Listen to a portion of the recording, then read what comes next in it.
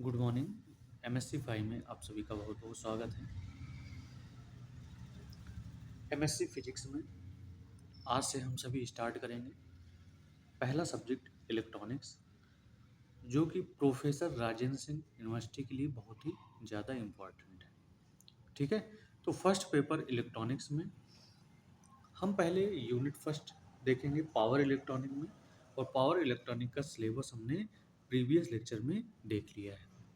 ठीक है, तो उसी क्रम में हम देखेंगे कि पहले सिलेबस में यूनिट फर्स्ट में आपको क्या क्या पढ़ना है। Rectifier with LC filter, electronic regulator, SCR basic structure, IB characteristic and two transistor of SCR, controlled half and full wave rectifier circuit and their analysis. UJT के बारे में पढ़ना है, इक्विवेलेंट सर्किट ऑफ यूजीटी के बारे में पढ़ना है, आईबी करेक्टरिस्टिक ऑफ यूजीटी के बारे में पढ़ना है, sawtooth wave generation element of SMPS पढ़ना है। ठीक है, तो उसी क्रम में हम पहला टॉपिक स्टार्ट करने चल रहे हैं, रेक्टिफायर। ठीक है, with LC circuit, LC filter. तो सबसे पहले हम समझेंगे रेक्टिफायर क्या है। तो रेक्टिफायर क्या है? The use to rectify the AC power supply is known as rectifier. ठीक है, it convert AC into DC and work on the principle that diode allow flow of maximum current in forward बायस।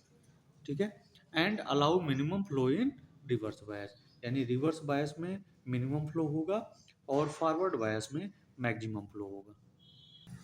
उसके बाद हम देखेंगे type of rectifier. तो rectifier आपके to type के होंगे। First half wave rectifier, S W R. Second आपका है फुल वेव रेक्टिफायर, जिसे एफ डब्ल्यू आर के नाम से भी जानते हैं। ठीक है, full wave rectifier two types के होंगे, सेंटर ट्रैप्ड रेक्टिफायर और ब्रिज रेक्टिफायर। ठीक है, अब हम देखें करेक्टरिस्टिक क्या है रेक्टिफायर का। ठीक है, क्या क्या करेक्टरिस्टिक हैं रेक्टिफायर के। तो rectifier is a circuit which offers low resistance to the current in one direction and high resistance in the opposite direction. ठीक है, जिधर लो रेजिस्टेंस होगा उधर केवल करंट वन डायरेक्शन में फ्लो करेगा, और जिधर हाई रेजिस्टेंस होगा उधर अपोजिट डायरेक्शन में मूव करेगा। ठीक है, करंट।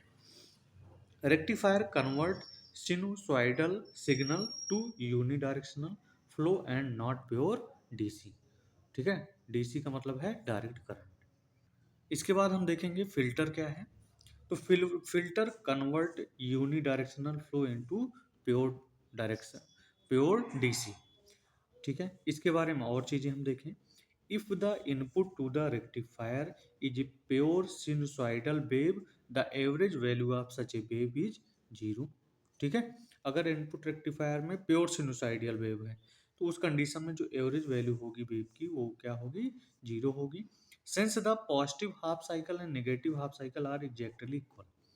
आप देखेंगे पॉजिटिव हाफ साइकिल और नेगेटिव हाफ साइकिल ये क्या चीज़ें हैं। तो आप देखेंगे जीरो से लेकर पाई तक ये पॉजिटिव हाफ साइकिल है, और पाई से लेकर टू पाई तक ये नेगेटिव हाफ साइकिल है।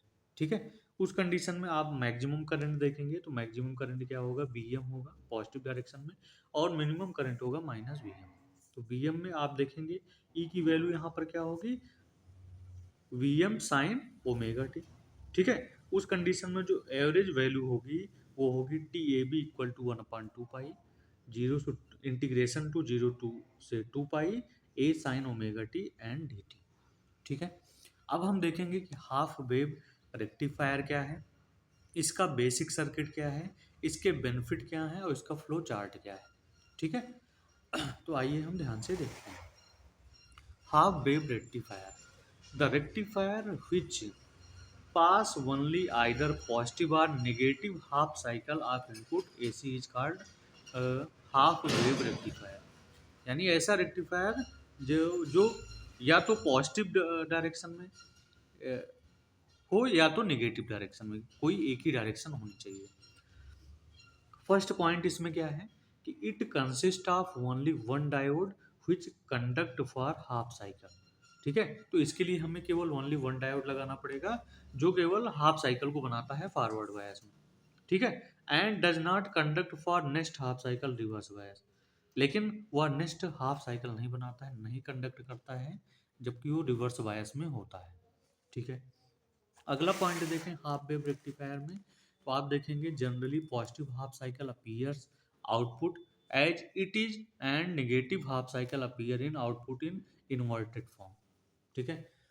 जो आपका आउटपुट होगा पहले हाफ साइकिल में तो जनरली आपका बनेगा सेम, लेकिन नेगेटिव में जब होगा तो उसका इन्वर्ट होगा, अपोजिट होगा। Load resistance is use for taking the output. ठीक है। इसमें लोड रेजिस्टेंस का यूज किया जाता है आउटपुट देने के लिए। बेनिफिट क्या है? पहला बेनिफिट है कि लो पावर डिसिपिएशन होगा। सेकंड होगा मेंटेन सिमिलर इनपुट फ्रीक्वेंसी। अगर इसका हम ब्लॉक डायग्राम देखें तो ब्लॉक डायग्राम ये है। ठीक है। जीरो से लेकर ये ओमेगा टी वाला डायरेक्शन है जो एक्स एक्सिस में बना है, और ये वाई एक्सिस में इलेक्ट्रोमैग्नेटिक फोर्स को दिखाया जा रहा है। ठीक है। जिसमें ये मैक्सिमम वोल्टेज है। तो जीरो से पाई हाफ साइकिल, फिर पाई से टू पाई में कोई भी साइकिल नहीं बनेगा, अगला हाफ साइकिल बनेगा टू पाई के बाद। ठीक है। बेसिक सर्किट क्या है? अगर हम बेसिक सर्किट देखें तो ये आपका बेसिक सर्किट दिया जा रहा है। ये आपका ट्रांसफार्मर लगा हुआ है, ये दोनों। ठीक है। करंट फ्लो कर रहा है, ये एसी इनपुट है, एसी इनपुट किया जा रहा है। तो यहाँ पर आप देख रहे हैं B1 आपका क्या वोल्टेज डेवलप्ड हो रहा है। उस कंडीशन में इसमें जो करंट फ्लो की डायरेक्शन है ये डायरेक्शन है। ठीक है। और केवल इसमें सिंगल डायोड यूज किया गया है। तो सिंगल डायोड केवल हाफ वेव रेक्टिफायर को डिफाइन करता है, बनाता है। ये आपका क्या है? रेजिस्टेंस है। और रेजिस्टेंस में जो आउटपुट डेवलप होता है वो इलेक्ट्रोमैग्नेटिक फोर्स होता है, जिसे ई जीरो से डिफाइन करते हैं। अब इसके बारे में थोड़ा हम डिफाइन कर लें कि क्या चीज़ें हैं। तो आप देखेंगे कि AC input is normally the AC main supply since the voltage is 230 volt and such a high voltage can not be applied to the semiconductor diode, step down transfer should be use.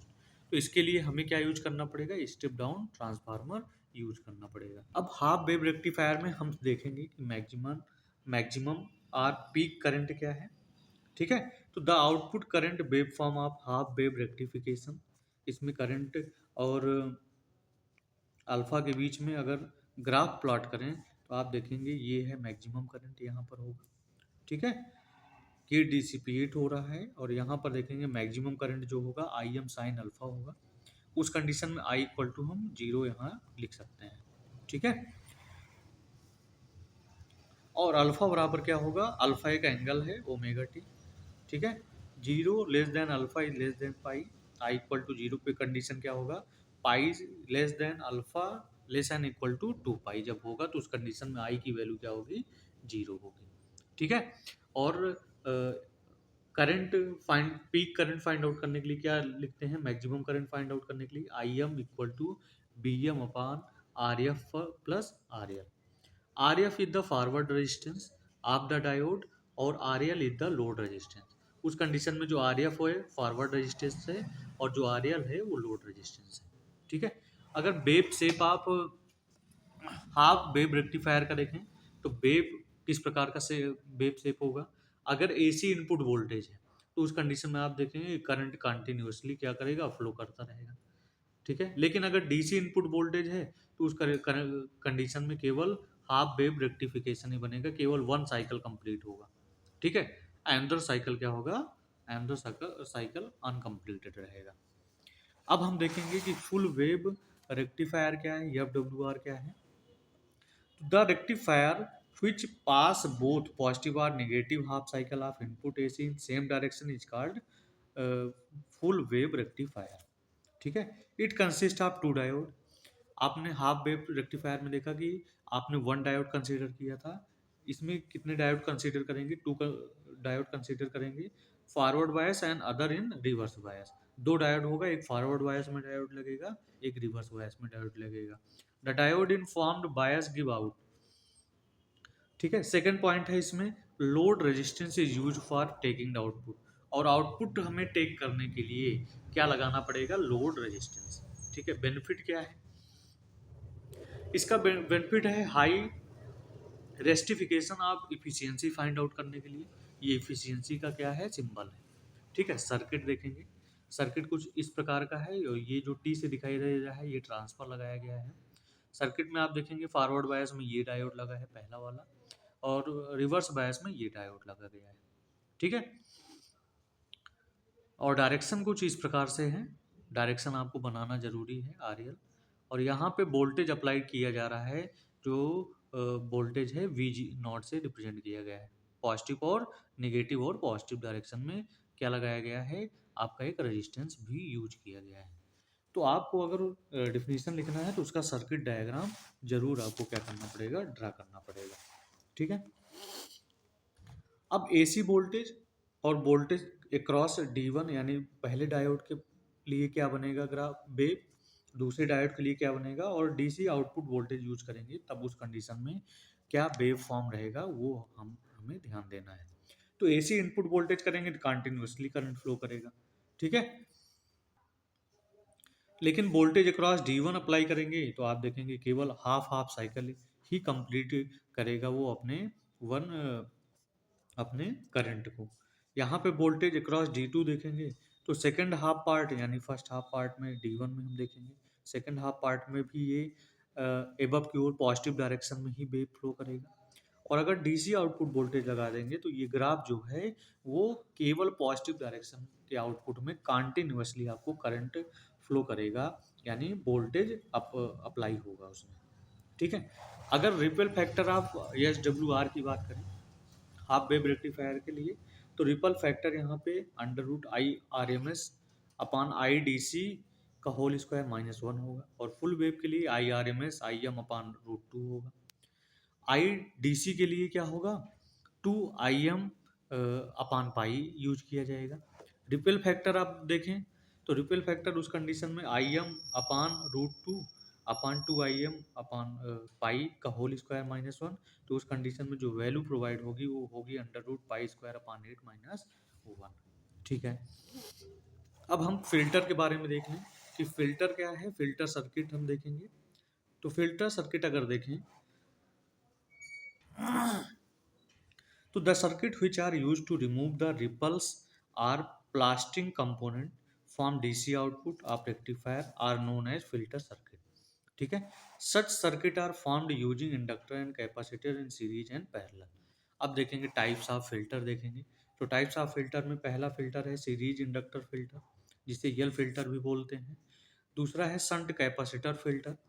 तीसरा है चोक inductor filter, यल section filter. और चौथा है capacitor input filter, जिसे पाई section filter के नाम से भी जानते हैं। फिर फिल्टर के बारे में देखें, in an inductor filter repel decrease with increase in RL.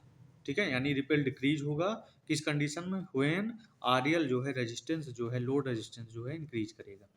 In a capacitor filter ripple increase with increase in RL. लेकिन अगर कैपेसिटर यूज कर दें तो उस कंडीशन में रिपल इंक्रीज होगा। ठीक है, कैसे कब होगा, जब आपका लोड रेजिस्टेंस इंक्रीज करेगा। ठीक है, दो कंडीशन है, इंडक्टर फिल्टर में जो होगा रिपल डिक्रीज होगा जब उसमें रेजिस्टेंस इंक्रीज किया जाएगा, लेकिन कैपेसिटर फिल्टर में रिपल इंक्रीज होगा जब आपका लोड रेजिस्टेंस इंक्रीज होगा। अब दोनों को अगर कंबाइन कर दें तो a combination of these two into a choke input or L section filter should then make the ripple independent of load resistance. उस कंडीशन में लोड रेजिस्टेंस से क्या होगा, इंडिपेंडेंट होगा। अब इसमें कुछ पॉइंट देखें, if L is small the capacitor will be large to B M. ठीक है, मैक्सिमम वोल्टेज के लिए जो कैपेसिटर होगा अगर यल स्मॉल होगा तो उस कंडीशन में कैपेसिटर क्या होगा, capacitor will be charge. The diode will be cut off allowing a short pulse of current as L is increase the pulse current are smoothed and made to flow for a large period. अगर L increase कर जाएगा तो जो pulse current है वो smoothly flow करेगा large time के लिए। ठीक है, बट एट रिड्यूस्ड एम्पलीट्यूड, लेकिन उस कंडीशन में जब लार्ज पीरियड में करंट फ्लो करेगा तो उस कंडीशन में एम्पलीट्यूड जो होगा रिड्यूस्ड हो जाएगा। But for a critical value of inductance CLC either one diode or the other will be always conducting. लेकिन उसमें अगर इंडक्टेंस CLC हो गया है तो उस कंडीशन में वन डायोड आपका क्या होगा, कंडक्टिंग फॉर्म में होगा। अगर हम ग्राफ देखें the graph of DC output voltage for LC filter, तो उस कंडीशन में DC वोल्टेज जो अप्लाई होगा वो इक्वल टू होगा 2 Vm अपॉन पाई, और ग्राफ आपका कुछ इस प्रकार से करेगा। अगर करंट और वोल्टेज में ग्राफ हम प्लॉट करें तो ग्राफ कुछ पहले तो डिक्रीज होगा, फिर एक निश्चित क्रम में क्या होगा, धीरे धीरे डिक्रीज होना स्टार्ट होगा। कुछ इस प्रकार से ग्राफ यहाँ पे बनाया गया है। ठीक है, अब अगर फुल वेव रेक्टिफायर में हम देखें तो अगर कंसीडर करें कि ideal element conducting angle is increased when inductor is placed because there is some drop across L, उस कंडीशन में जो आपका कैपेसिटर होगा can not charge to B M, यानी मैक्सिमम वोल्टेज के लिए उस कंडीशन में जो कैपेसिटर चार्ज होगा वो चार्ज नहीं होगा। ठीक है, the ripple circuit which passes through L is not allowed to develop much ripple voltage across load resistance, तो उस कंडीशन में आप देखेंगे तो X C is very very less than R L होगा एट किस कंडीशन में, रिपल फ्रिक्वेंसी में। इसका मुख्य रीजन क्या है, ऐसा क्यों होगा, because the current will pass through C only since X C is small and capacitor will be charge to a constant voltage, उस कंडीशन में कांस्टेंट वोल्टेज में आपका कैपेसिटर हो जाता है चार्ज। एलसी फिल्टर के लिए देखें तो XC very very less than load resistance, XL is greater than XC at कब होगा, जब omega equal to 2 pi F होगा। XL should be greater than XC because all the AC should be dropped across XL. यहाँ पे आप greater than देख रहे हैं तो वो किस कारण से होगा, वो इस कारण से होगा कि AC should be dropped across XL, इस कारण से आपका एक्सएल क्या होगा, ग्रेटर होगा एक्ससी से। अब अगर रिपेल फैक्टर की बात करें एलसी फिल्टर में तो क्या कंडीशन है उसमें, AC component of current through L is determined by X L, RMS value of ripple current, यानी जो आई आर एम एस होगा जिसे रिपेल करंट बोलेंगे फुल वेव रेक्टिफायर के लिए, I R M S equal to क्या होगा, 4 Bm/3 π√2 इंटू एक्सएल। ठीक है, उस कंडीशन में अगर इसको और सॉल्व करें तो I R M S equal to लिख सकते हैं 2/3 √2 एक्सएल एंड 2 Bm/π में लिख सकते हैं। 2 Bm/π को आपने देखा था अगर डीसी करंट के लिए अप्लाई किया था तो बी डी सी लिखा जाता था, तो इसलिए आई आर एम एस होगा 2 × BDC/3 √2 एक्सएल होगा।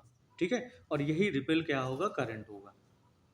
अगर रिपेल वोल्टेज की बात करें तो ripple voltage in the output is developed by the ripple current flowing through XC B R M S, ठीक है, equal to I R M S into X C, तो उस condition B R M S क्या होगा, √2 XC/3 XL into B D C. ठीक है, उस समय जो रिपेल फैक्टर होगा वो B R M S upon B D C होगा, तो gamma equal to √2 XC/3 XL होगा, और एक्स सी इक्वल टू 1/ओमेगा सी होता है, और एक्सएल इक्वल टू क्या होता है, ओमेगा एल होता है। ठीक है, अब गामा को क्या लिखेंगे, गामा को लिखेंगे √2/3 इंटू 1/2 ओमेगा सी/2 ओमेगा एल। अगर हम एफ की वैल्यू, फ्रिक्वेंसी की वैल्यू 60 हर्ट्ज रख दें तो गामा की वैल्यू एल सी के लिए 0.83 इंटू 10⁻⁻⁶/LC होगा। इसी के साथ आपका इलेक्ट्रॉनिक्स का ये लेक्चर यहीं पर एंड होता है।